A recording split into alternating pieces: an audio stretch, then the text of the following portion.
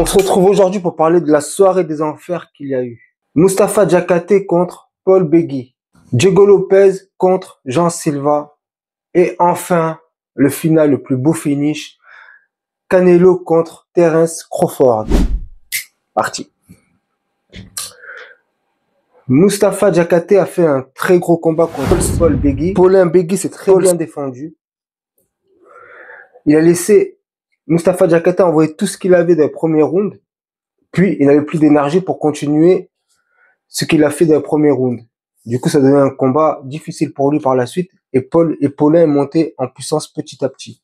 On a bien vu, il commençait à bloquer la lutte de Mustapha Diakhaté. Au début, elle passait très bien. Il a réussi à le lever, à le slammer même.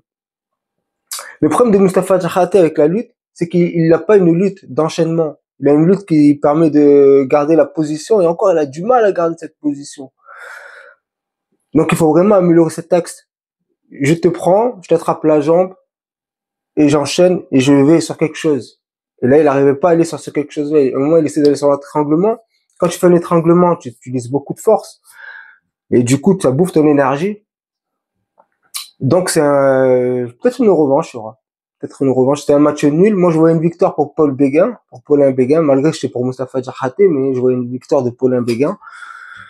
Mais c'est un combat qui peut lui faire du bien et un peu le faire redescendre un peu sur terre, lui dire, il y a beaucoup de travail encore, il faut que je travaille. Diego Lopez, ça, je vous l'avais dit. La cote, elle était pas bonne. 2,65. J'ai mis une petite pièce pour m'amuser parce que j'aime bien ce combattant, Diego Lopez. C'est un bon combattant que j'aime beaucoup. Et il a pas fait de cadeau à Jean Silva, il a mis en sang. Il a mis Jean Silva en sang.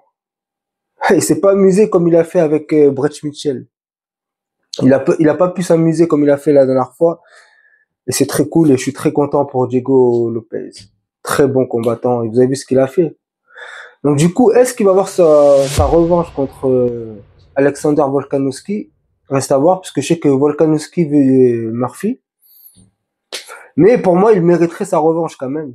Mais après, bon, c'est l'UFC qui choisit. Mais vu que le combat qu'il a fait hier, les dégâts qu'il a fait à Jean Silva. Par contre, j'ai un truc qu'il faut dire.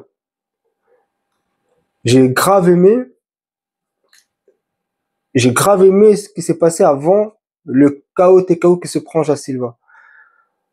On a Diego Lopez qui maîtrise en JJB et Jean Silva. Et donc il arrive à lui faire pas mal de crochets plutôt. Et Jean Silva s'en sort. Et là on dirait qu'il tente le tout pour le tout. Gros overhand, il met tout ce qu'il a. Il se prend un méchant contre de retourner. Parce que à mon avis, ça c'est une défaite qui peut faire du bien à Jean Silva.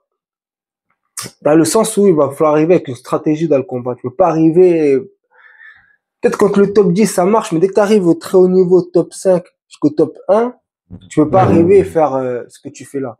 C'est pas possible. Donc c'est comme Mustapha Diakhaté. Jean Silva a déjà été poussé une fois, je crois, à la décision. Donc là, c'est la deuxième fois que ça se passe mal pour lui. C'est une défaite qui peut lui faire du bien et le remettre en place et en question comme la défaite que Mustapha a eue contre Paulin. Revenons sur vraiment on va dire l'aboutissement de la boxe, l'aboutissement du combat de ce qu'est l'art de boxer. Terence Crawford contre Canelo. Canelo, on a eu un très très bon Canelo. N'allez pas me dire que Canelo n'a pas fait un gros match, il a fait son match, il a été très très très performant. Mais Crawford a mis tous les ingrédients qu'un boxeur il a dans sa palette. La technique, le jeu de jambes, la vitesse, le fait aussi de chambrer l'adversaire, mais gentiment. Tu vois, et ça, c'est ça la boxe. Mais c'était un très très gros combat. Et on a vu un Terence Crawford vraiment deux level up dessus. Mais peut-être une revanche, on verra. On verra. Terence, il avait 37 ans et Canelo, je crois, il a 35. Donc du coup, c'est à voir dans le temps. Mais franchement, c'était un gros combat de boxe. C'était une bonne nuit de combat, ça je vous le dis, les gars. Et Terence, non, il a fait un combat de malade. Crawford. C'est un combattant que j'aime beaucoup parce que j'avais regardé un combat de lui, je crois que c'était le dernier, il était annoncé perdant contre un mec avec du punch. Et pareil, il a complètement annulé.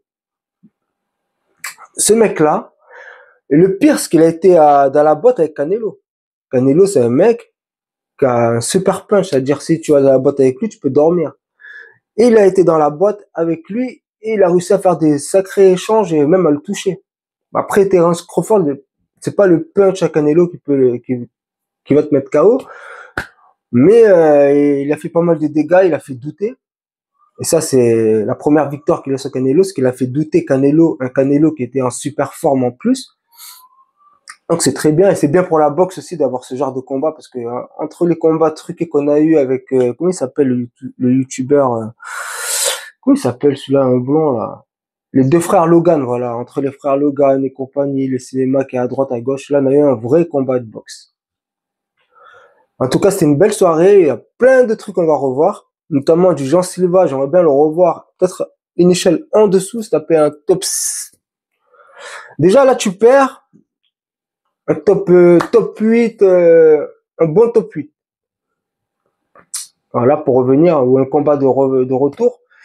Et Mustafa, une revanche, mais il y a beaucoup d'ajustements à faire. Le cardio, il est pas bon. Le cardio n'est pas bon.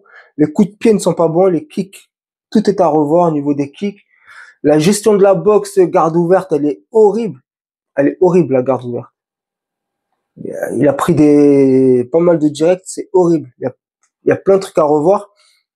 Notamment la gestion du combat, c'est-à-dire il faut pas soit tu donnes il a tout donné au premier round, il y avait plus rien dans la caisse au milieu du deuxième round, il y avait plus rien. Même il avait du mal à retourner dans son coin pour vous dire. Donc il y a beaucoup de choses à revoir, donc c'est une défaite qui va lui faire beaucoup de bien et n'oubliez pas on apprend à la défaite. C'est là où tu apprends parce que quand tu gagnes tous tes combats,